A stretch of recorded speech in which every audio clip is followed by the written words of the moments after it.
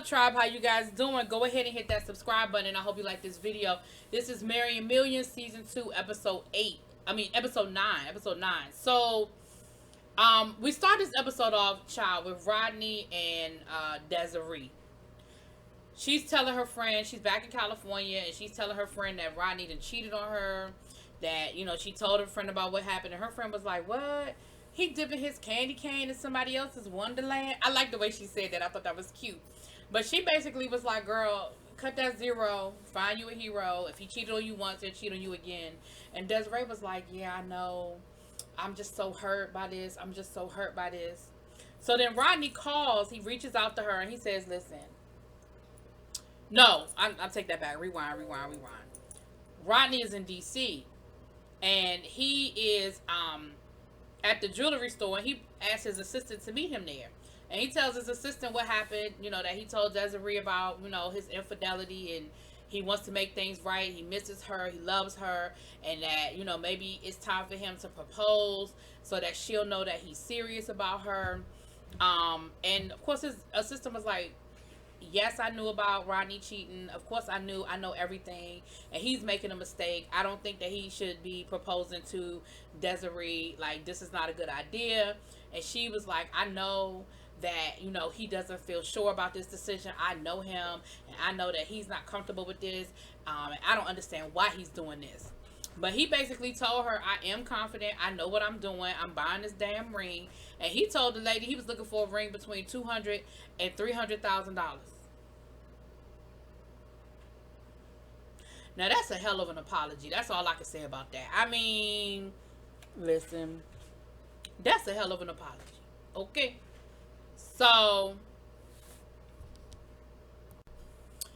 So Rodney buys his ring, honey, and then he goes out to LA. He rents a nice house overlooking the hills. He got him a little Lamborghini he rolling with.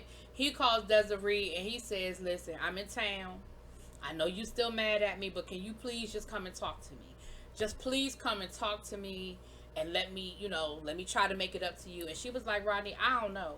He was like, look, I'm going to send a car to come pick you up at 6 o'clock. Like, I hope you're going to be in it. So she calls her friend and she's like, asking her friend, what should I do? Should I? What should I do? And of course her friend is like, girl, like, I don't understand why you going to go talk to him. And she was like, well, I need closure. Like, I need some closure. And she was like, whatever. So Desiree gets cute, honey. She, of course she got on her nice little form-fitting dress. And she gets cute. She gets in the car. She goes. And of course Rodney, he's at the house. He got his LA assistant with him. And he got on his little Versace, shirt, his little loafers and everything. And he takes her out on the little balcony area that's overlooking the hills. And, he's telling her how sorry he is and how he made a mistake and could she just forgive him. But I don't like the way he was acting. He was acting like he don't understand why she's upset. Well, I just made a mistake. I made a mistake. I just made a mistake. You cheated on me. Although, I'm not, anyway. So, she's not, she's not letting up. Like, she's upset and she's crying and she's letting him know, listen, I feel some kind of way about this situation. And so he goes inside. He was like, well, I got to throw out the Hail Mary. And he he puts the ring in the champagne glass. He said, I saw this in a movie once. And so he takes her the champagne glass and she drinks a little bit out of it. And he was like, finish your drink. She was like, why I gotta finish my drink? He was like, look at it. Look at the bottom. Rodney, you were supposed to play it cool, Rodney. You were supposed to let her just drink it to the end and casually find the ring. But you so impatient because you so pressed for her to forgive you that now you done came up with, drink it. Just drink it. You're supposed to just continue to grovel and apologize until she gets to the bottom of that damn glass. But anyway, she saw the ring, and that's where we left off with Rodney and Desiree. So we don't know if she's going to say yes. Well, no, I'll take that back. She started smiling. I don't think she answered. I think they left us with a cliffhanger. But, child, we know she's going to say yes, child. She's going to say yes. Because her whole mood changed when she saw that ring, child. Then again, a $300,000 ring at the bottom of my champagne glass. My mood might change, too. I don't know. Katie and Kevin. Kevin has moved to to Las Vegas, right? So it's been a couple of weeks. Katie's on her way to go see him.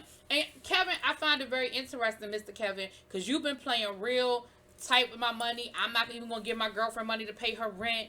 We gonna split this check down the middle and all this other stuff. But you on the phone talking to her, talking about, yeah, well, we can do this long distance thing. Vegas isn't that far from San Diego, and we can afford to fly back and forth to see each other. We? Do you not remember that she couldn't pay her damn rent last month? She was like, what you mean we? You can afford to fly back and forth. And he was like, oh yeah. Don't play games with me, Kevin. You wanted me to split the check halfway down the middle. Now all of a sudden we got money to be flying back and forth. Boy, if you don't go sit down somewhere. Anyway, she's packing up and her friend is telling her, girl, you stupid. Why are you going to see him? Just take this as a clean break. Do what you gotta do. Da da da da da. Boo da boo da boo. Bida bida bing. And then she starts talking about moving to Vegas. And her friend was really like, oh hell no, you moving to Vegas. Oh hell no. No, you're not. Nuh-uh. You ain't be doing that. You ain't moving to Vegas. That's stupid. That's stupid. So anyway, she gets on the plane and she flies out there. Honey, Kevin making her breakfast in bed. He was like, listen. And it was nasty because she was like, so you ain't do nothing with these eggs. You just put them in the pan. Now, that's how I cook my eggs. But she was talking about adding milk and all of that. So I don't do all that to my eggs either, Kevin. You was fine. So she was like,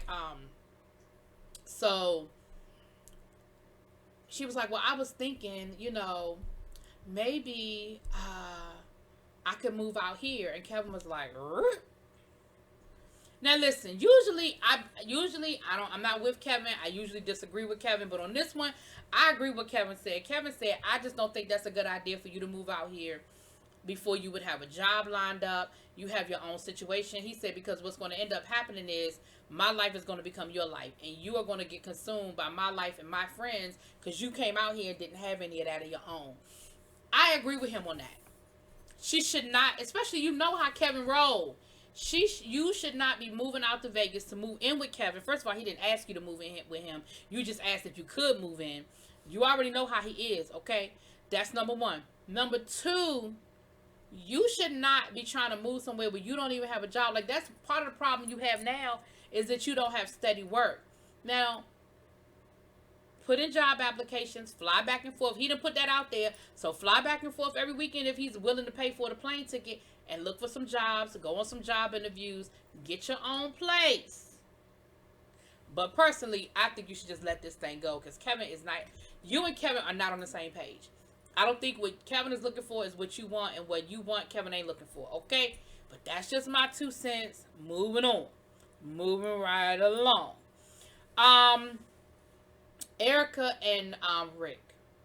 Now, Erica gave Rick that nice big-ass diamond ring back and said, you didn't do this the right way. You didn't talk to my dad. You didn't go through the proper steps and the proper channels. And as a result, my dad is mad at me and said he ain't going to walk me down the aisle and he ain't coming to the wedding.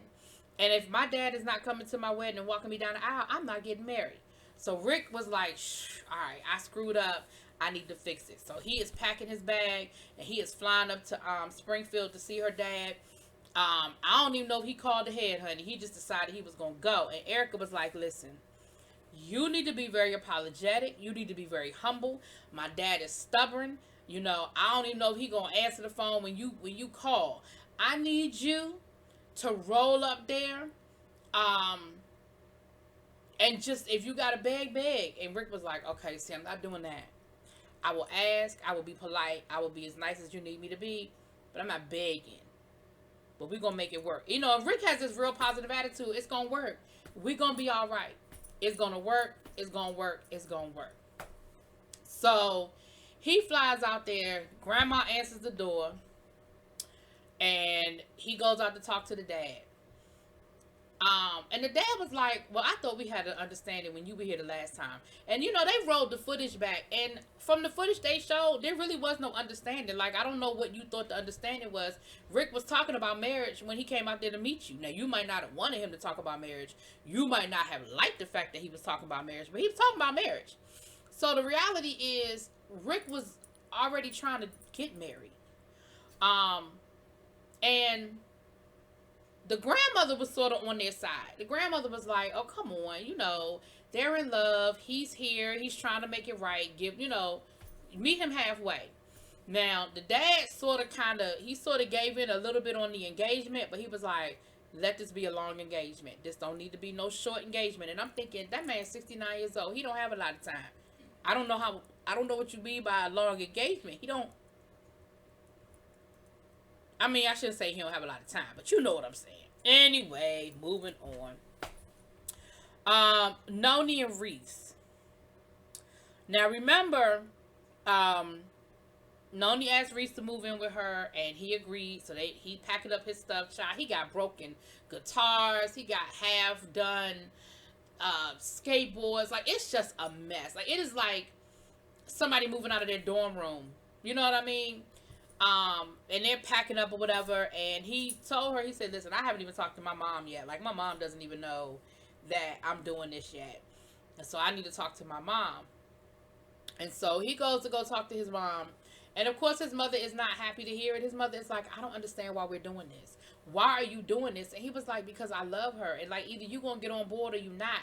But stop telling me what I want. Stop telling me what I'm giving up." He was like, "She's enough for me and her daughter is enough for me. And I love both of them and I'm fine. Like, I'm good. Stop asking me. Stop pretend. I'm good. I love her. She loves me and we're going to be okay. And if you can't accept it," he was like, "I want you to come by and see us. I want you to come spend time. But if you can't do it, then I'm sorry. You just not going to see me as often." So then she was like, she tried to play on his emotions and brought up the dad, talking about some, um, um, Lord, I done lost my train of thought. She done brought up the dad. Now, come to find out, his father passed away when he was young. And he even said, he was like, "Listen, if my dad was still alive and he raised me, I probably wouldn't be where I am today. I probably would be doing something different with my life." So my thing is, if you can identify that, then you can fix it. But I'm not going to go down that road. I'm going to leave it right there. But I thought that was real low that his mom brought up the dad, talking about something. "Well, what do you think your father would want for you? Don't you think your father would want you to have children? Don't you think your father would want you to have your own biological children and your own life? Is this what you think your father would want for you?" And I just thought that was a low blow. I thought that was real low for her to go there with him. And hurtful. Like, you don't throw that in people's face like that. But I guess she was desperate, honey. She was throwing out her own Hail Mary. But he basically stuck to his guns and told her, either you with us or you against us. So that's it. So then, Bree and Bill. So Bree realized that she was wrong for having all them people up in Bill's house when he got home from work. She said, "I understand, even though they were my family, I understand that, you coming home from work into a house full of people, and I didn't tell you I had invited them over, and I didn't tell you that they were there. I can understand you being upset by that, and I'm sorry. I apologize." She said, "I really liked having my mom here, but what I didn't realize is my mom ain't really happy being here. She doesn't enjoy this neighborhood. She doesn't enjoy living here." And so she was like, "I think I found a compromise." So she found a house that was for rent, I guess in a decent neighborhood or whatever. And so she was showing Bill, and Bill was like, "Sold. Is it going to get her out my house?" He was like, "Because I'm assuming you're showing me this because you need me to pay the rent." And she was like, "I mean, if you would like to." He said, "If that's going to get her out my house, I will buy the whole damn house, okay?" He said, "Get on the phone with that broker and make it happen, okay?" And so they worked that out. But like I said, I really feel like this whole storyline with her mom was just a filler, something to fill in because they ain't about to get married, because that whole situation was just crazy to me. But anyway, that was episode 9. We got episode 10, and then y'all know the new season starts. Well, it's programmed as season 2, so I don't know if it's a continuation, but then the advertisements say season 3. So I'm going to label it season 3, okay? Y'all let me know what y'all think. Drop it in those comments. Peace.